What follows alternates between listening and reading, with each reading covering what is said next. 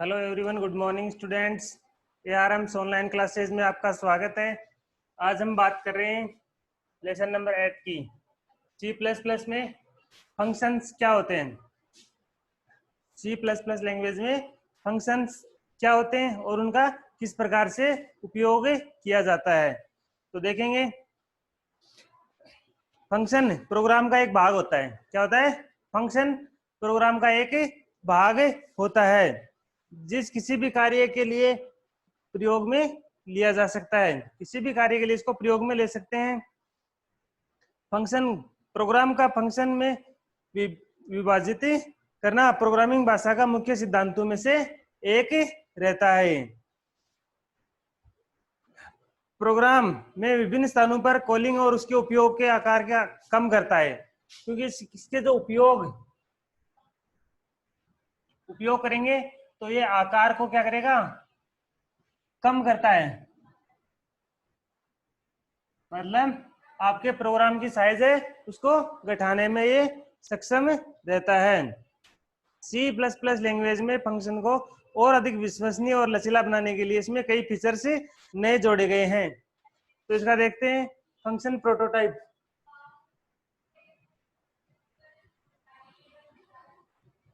Function prototype function prototype का मतलब ये होता है कि आपका जो फंक्शन है उसका टाइप किस प्रकार से रहेगा या किस प्रकार से वो व्यक्त किया जाएगा। फंक्शन प्रोटोटाइप है वो आपको कंपाइलर के बारे में सूचना देता है। किसके बारे में सूचना देता है?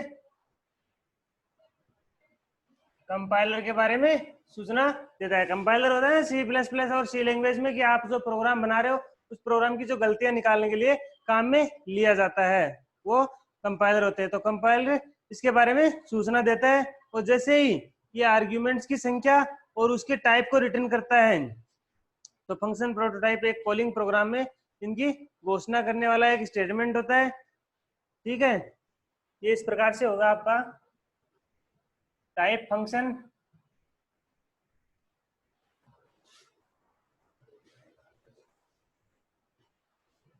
फंक्शन नेम और आर्ग्यूमेंट लिस्ट, इस प्रकार से आपके सामने रहता है।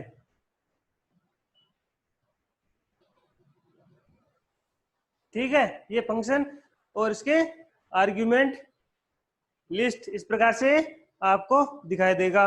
इसका जैसे उदाहरण लेते हैं, एग्जांपल कि किस प्रकार से दिखेगा। तो इसमें फंक्शन टाइप किस प्रकार का ले रहे हो आप? इंटीजर। क्या ले रहे हो? इंटीजर ले रहे हो आप। ठीक है, और वो किस में? ये तो आ गया आपका टाइप। फिर आएगा फंक्शन नेम। फंक्शन कौन सा ले रहे हो? सम। सम का काम क्या करेगा? जोड़ने का। क्या काम करता है? सम जोड़ने का काम करता है। तो जोड़ने के लिए क्या लोगे आप? दो वेरिएबल ले लेंगे कोई भी। ठीक है, इंटीजर ए ले लिया और इंटीजर बी ले लिया। तो ये इंटीजर ए की वैल्यू और इंटीजर बी की वैल्यू है वो जोड़ के सम में दे देगा। और ये आपके फंक्शन का टाइप है कि फंक्शन का जो रिजल्ट आप दोगे तो वो किस में दोगे? इंटीजर प्रकार का ये डाटा टाइप में यहाँ पे लिया गया है। तो ये फंक्शन का प्रोटोटाइप है कि टाइप कि कौन से प्रकार का टाइप है। फिर फंक्शन नेम। फंक्शन नेम में आ गया आर्ग्यूमेंट लिस्ट, जो भी आपने आर्ग्यूमेंट दिए उनकी लिस्ट इसके सामने आ जाती है। तो ये इस प्रकार से काम करता है।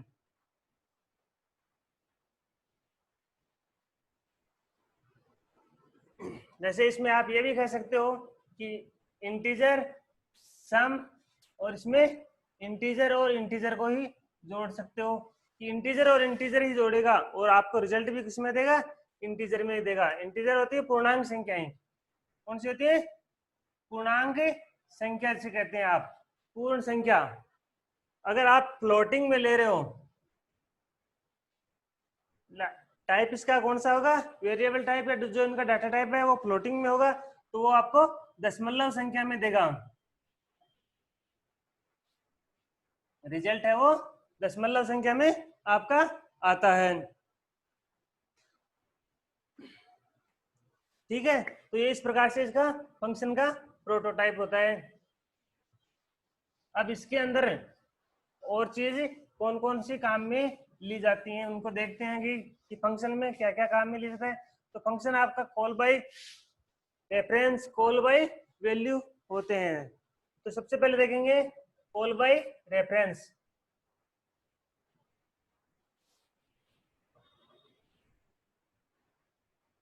कॉल बाय रेफरेंस, कॉलिंग का मतलब होता है कि इसको आप कॉल करना है या इसको इसमें यूज करना है, इसको पुकारना है, इसके बारे में इसकी जो घोषणा करना है। तो इसमें क्या होता है कि कॉल बाय वैल्यू पैरामीटर्स भेजने की विधि को कॉलिंग फंक्शन प्रोग्राम में वास्तविक पैरामीटर्स को कॉल्ड फंक्शन के द्वारा फॉर्मल पैरामीटर्स में कॉपी करने का काम करता है। कॉल बाय रेफरेंस है तो ये क्या करेगा,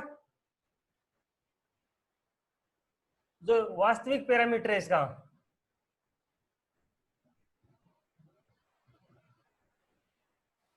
जो वास्तविक पैरामीटर रहते हैं उनको फॉर्मल पैरामीटर में चेंज करता है।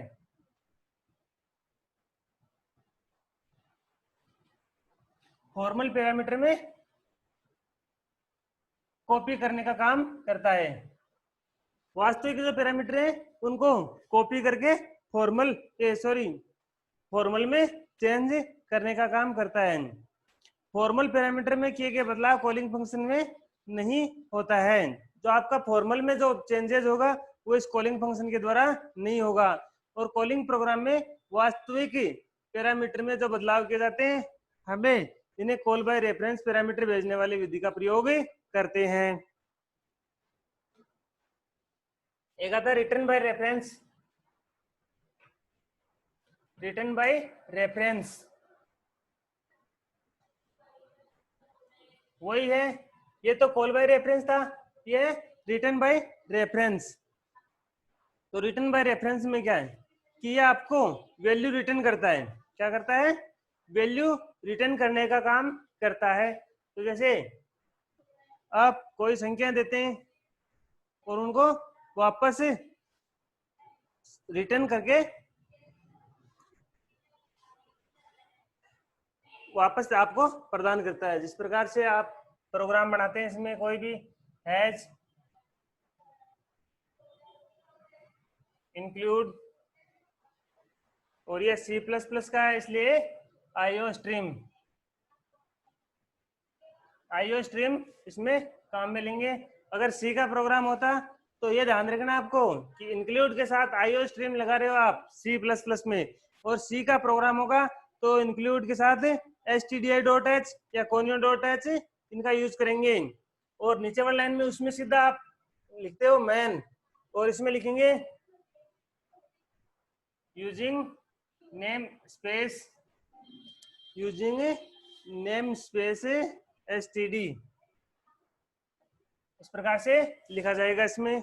और इससे नीचे लिखा जाएगा इंटीजर, और आपका क्या है, ये मेन फंक्शन है। ये सभी प्रोग्राम के लिए अनिवार्य होता है यहाँ पे लिखना। उसके बाद में आपके कोष्टक शुरू कर देते हो प्रोग्राम यहाँ से। तो इसमें आपने मान दिया है, जैसे इंटीजर में वैल्यू ली है, इंटीजर x बराबर 6 और y बराबर आपने 9 लिया है। क्या लिया, मान x का मान 6 लिया है और y का मान क्या लिया आपने, 6 लिया है।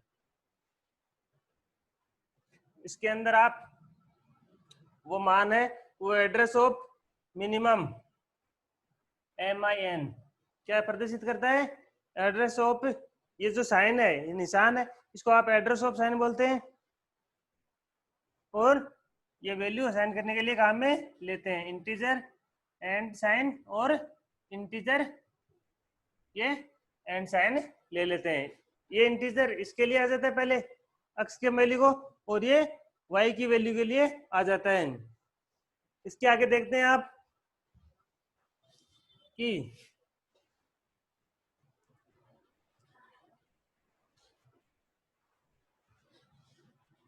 इंटीजर x y, क्या लिखा आपने कि इंटीजर और x और y, x y बराबर -1, ठीक है। ये लिखने के बाद में आप इसको प्रिंट आउट, ये सी आउट करवा देते हैं। आउट सी आउट है वो आपको इस प्रकार का निशान इसमें लगाना होता है। आउट करने के लिए सी इन और सी आउट इसके लिए बराबर एक्स, तो ये सी आउट।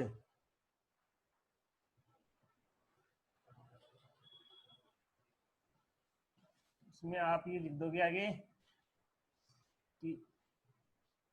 सी आउट बराबर एक्स, और इस प्रकार से कि आप अक्स को प्रिंट करवाना चाहते हो।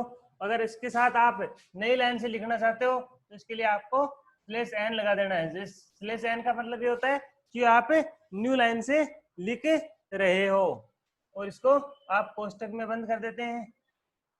ठीक है, स्लैश एन को, और इधर एक्स को बंद कर देते हैं। तो ये आपका सी आउट करवा दिया है।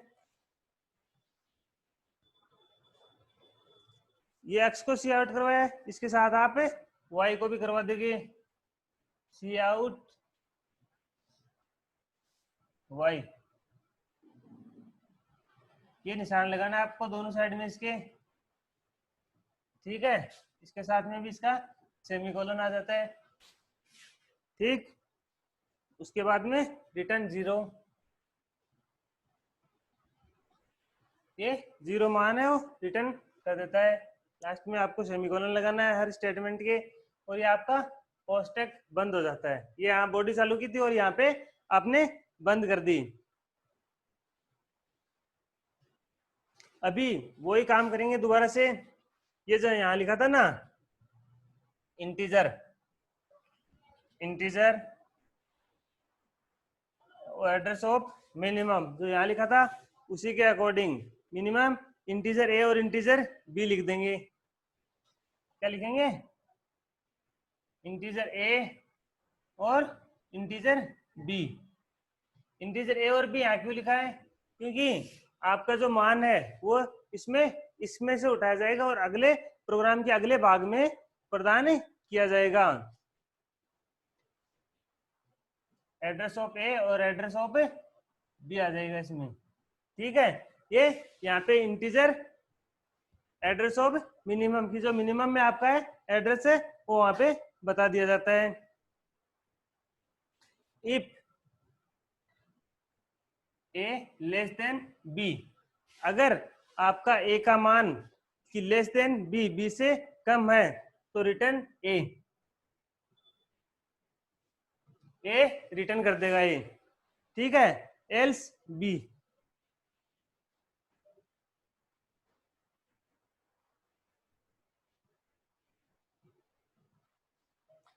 अभी देखो ए और बी की क्या करेंगे, यहाँ पे तुलना करेंगे। अगर ए का मान आपका कम है तो वो रिटर्न ए यहाँ पे रिटर्न कर देगा।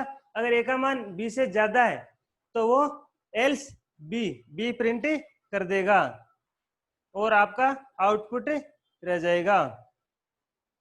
ठीक है, तो इस प्रकार से यहाँ से प्रोग्राम में वहां पे इस प्रोग्राम में आपने कोई भी वैल्यू नहीं डाली है। ये कोष्टक बंद होने के बाद में यहाँ कोष्टक शुरू होता है और यहाँ लास्ट में आपका कोष्टक बंद होता है। ये एक प्रोग्राम अलग है और ये अलग है, लेकिन इसकी जो वैल्यू है वो इसमें ले ली जाती है। तो इसके लिए आप इसका यूज करते हैं रिटर्न बाय रेफरेंस का।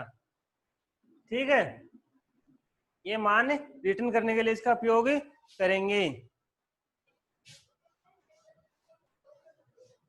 उसके साथ आता है फंक्शन ओवरलोडिंग।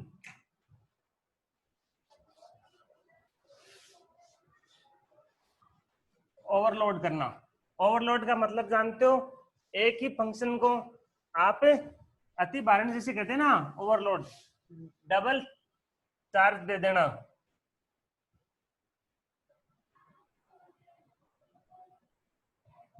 फंक्शन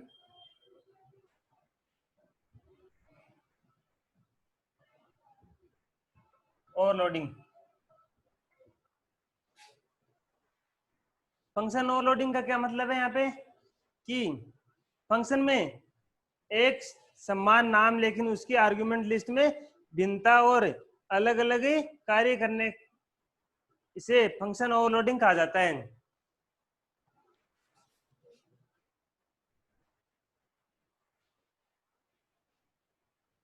नेम तो सेम और वर्क डिफरेंट।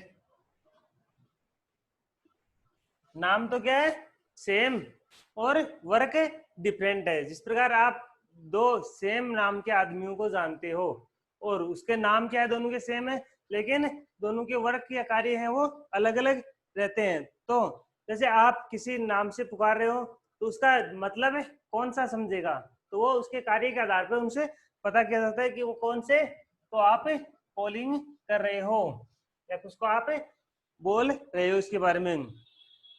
सही फंक्शन को कॉल करना उसके आर्ग्यूमेंट की संख्या और टाइप पर निर्भर करता है, कि उसके आर्ग्यूमेंट की जो संख्या है और उसके जो टाइप है, कि उसके टाइप है। टाइप का मतलब यहाँ पे किसे लेते हैं, डाटा टाइप से है, कि आपके कौन से प्रकार के डाटा टाइप उसमें है उसके ऊपर निर्भर करता है, न कि उसके रिटर्न टाइप की। रिटर्न क्या देगा उसके ऊपर डिपेंड नहीं करता है, ये डिपेंड करता है कि उसके डाटा टाइप किस प्रकार के हैं।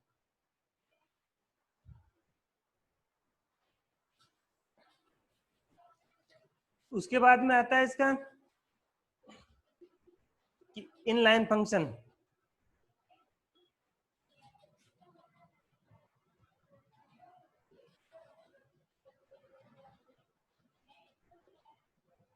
In line function, inline function किसे कहते हैं, जब किसी फंक्शन को कॉल किया जाता है, क्या होता है, जब किसी फंक्शन को आप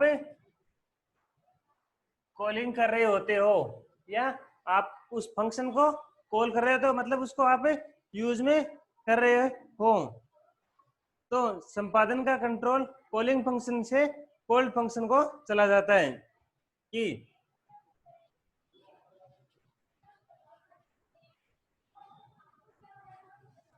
कॉलिंग फंक्शन का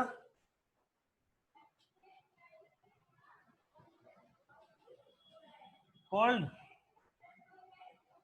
फंक्शन को चला जाता है, कि जिसको आप पुकार रहे हो वहां से जिसके लिए पुकारा गया है या जिसके लिए जिस यूज कर रहे हो आप दोबारा से, वहां पे वो चला जाता है। तो कॉल फंक्शन संपादन होने के बाद संपादन का कंट्रोल पुनः कॉलिंग फंक्शन को चला जाता है।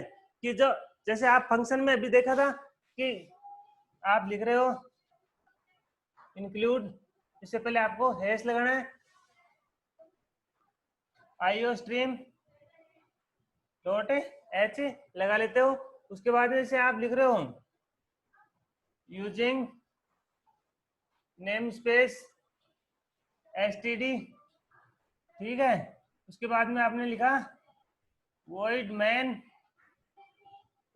और आपने यहां से प्रोग्राम शुरू कर दिया।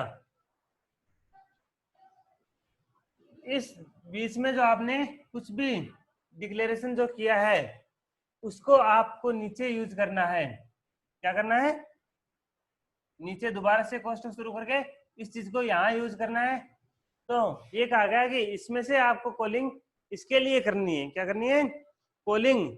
तो यह नीचे वाले प्रोग्राम के लिए काम में ले लिया जाएगा, लेकिन इसका मान है वो वापस उसी को प्रदान कर दिया जाता है। ये आगे कह रहे हैं कि जब फंक्शन का आकार छोटा होता है तब इस प्रकार के काफी समय बर्बाद हो जाता है। क्या है कि जब आपके फंक्शन का जो आकार है वो छोटा होता है तो इसमें काफी समय बर्बाद हो जाता है, मतलब प्रोग्राम छोटे हैं आपकी तो उसमें टाइम ज्यादा लगने की संभावना रहती है। तो इस समस्या का समाधान है वो इनलाइन फंक्शन रहता है।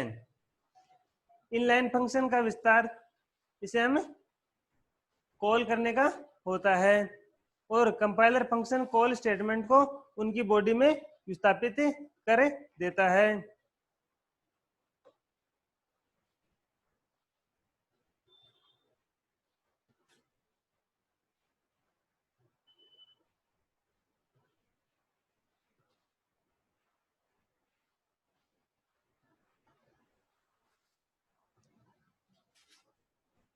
तो ये आपका इनलाइन फंक्शन होता है। आपको एक फंक्शन ओवरलोडिंग का प्रोग्राम बताता हूं मैं कि ओवरलोडिंग कैसे होते हैं। सेम नाम और वर्क अलग अलग होता है इनका। तो देखते हैं यहाँ से कि फंक्शन ओवरलोडिंग, ओवरलोड करना मतलब जैसे आपने सम, सम का मतलब होता है जोड़ना। क्या होता है? सम का मतलब है जोड़ना। दो संख्याओं को जोड़ने के लिए आप सम का यूज कर रहे हैं, जोड़ना। तो देखेंगे कि आपका प्रोग्राम है किस प्रकार से बनेगा। तो इसमें आपको याद रखना है, सबसे पहले आपको हैश टैग लगाना है, इंक्लूड और iostream.h आपको लगाना है। और इस प्रकार से ये कोष्टक आएगा। सी लैंग्वेज में आपका वो दूसरा कोष्टक आता है, iostream में आता है। इसमें उसमें आता है conio.h और stdio.h। इसके साथ ही आ जाएगा यहाँ पे यूजिंग नेम स्पेस।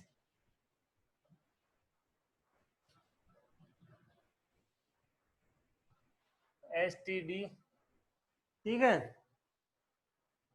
और ये आपका सेमीकोलन ले जाता है। ये सेमीकोलन है, हर लाइन के लास्ट में सेमीकोलन लगाना जरूरी होता है आपको। ये सेमीकोलन ऊपर आपकी छोटी सी बिंदु रहती है, उसके नीचे आपकी कोमा रहती है। तो ये हो जाता है। अब आप डाटा टाइप लोगे इंटीजर और सम। सम का मतलब होता है जोड़ने के लिए आप ले रहे हो, और वो भी किस प्रकार के डाटा जोड़ोगे? इंटीजर और इंटीजर प्रकार के ही डाटा जोड़ेंगे। तो लास्ट में आपका सेमीकोलन लगा देना है, ठीक है। फिर दोबारा से ये कह रहा है कि इंटीजर और सम दोबारा ले रहा है कि नाम दोनों के सेम है, सम का काम करता है, और इसमें आपको दो संख्या जोड़ने के लिए कहा गया है, इंटीजर और इंटीजर। और इसमें कह रहे हैं इंटीजर, इंटीजर और इंटीजर, तीन प्रकार के या तीन एलिमेंट्स को जोड़ने के लिए इसको काम में लिया जाता है। तो अब अभी आपको बताया था उस टाइम कि ये इनकी जो आर्ग्यूमेंट्स की जो संख्या है, क्या है? आर्ग्यूमेंट की संख्या।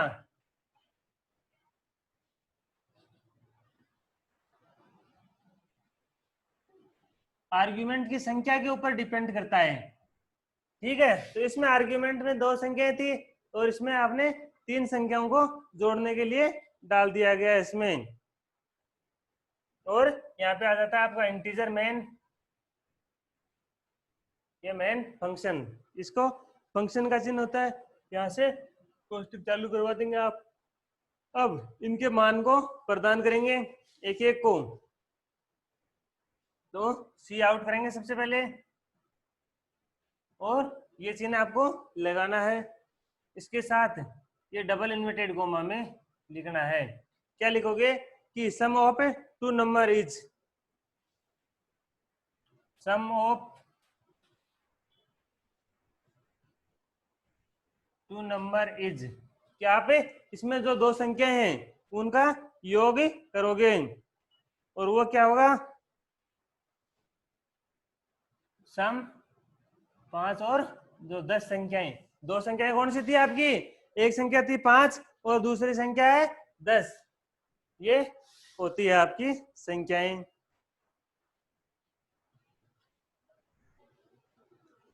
उसके नीचे आप सी और आउट और क्या करवाओगे? Slash n. की स्लेश एन वहां भी लगा सकते हो आप, उस लाइन के लास्ट में भी। अगर आप अलग से लगाना चाहो तो उसको अलग से भी लगा सकते हो। ये यहाँ से शुरू आता और यही आपकी स्लेश एन के लगा दिया जाता है ये, और लास्ट में सेमीकोलन। स्लेश का मतलब होता है आप इसको न्यू लाइन से लिखने के लिए यूज कर रहे हो, ठीक है। ये तो आपका था सम ऑफ टू नंबर, ठीक है। अब करेंगे सी आउट, वही काम, और double inverted comma, sum of three numbers,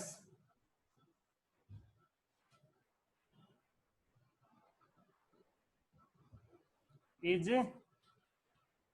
ये कोष्टक है आपका बंद कर देंगे और आपके जो तीनों नंबर थे वो डाल देंगे।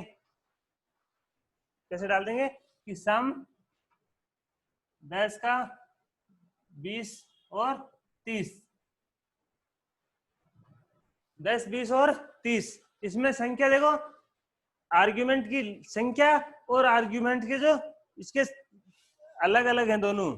इसमें आपकी संख्या थी 2 और इसमें संख्या कितनी है 3 है, और रिटर्न 0। ठीक है, ये 0 रिटर्न कर देगा आपका यहाँ पे। और इसके साथ क्या हो जाता है, कोष्टक बंद कर देते हैं। अब देखते हैं आगे क्या होता है।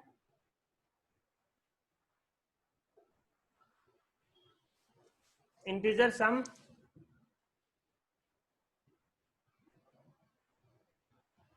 इंटीजर x और इंटीजर y।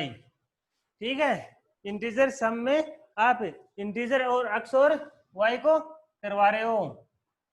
ठीक है, इंटीजर सम जोड़ रहे हो, इंटीजर में इंटीजर x को जोड़ेंगे और इंटीजर y को जोड़ेंगे।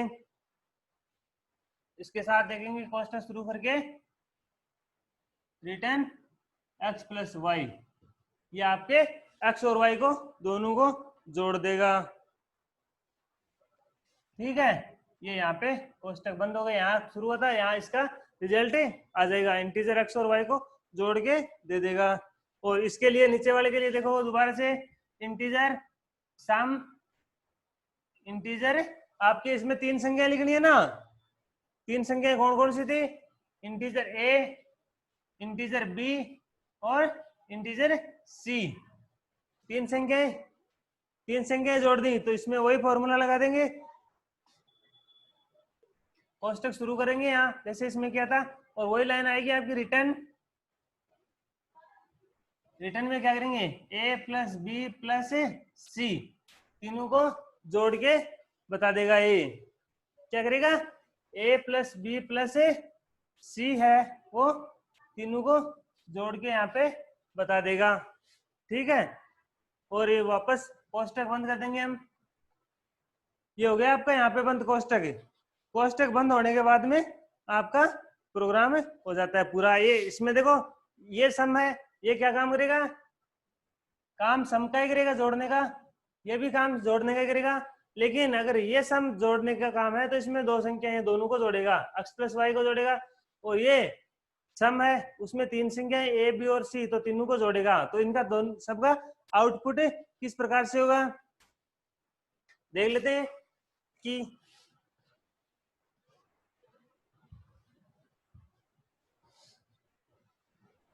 सम ऑफ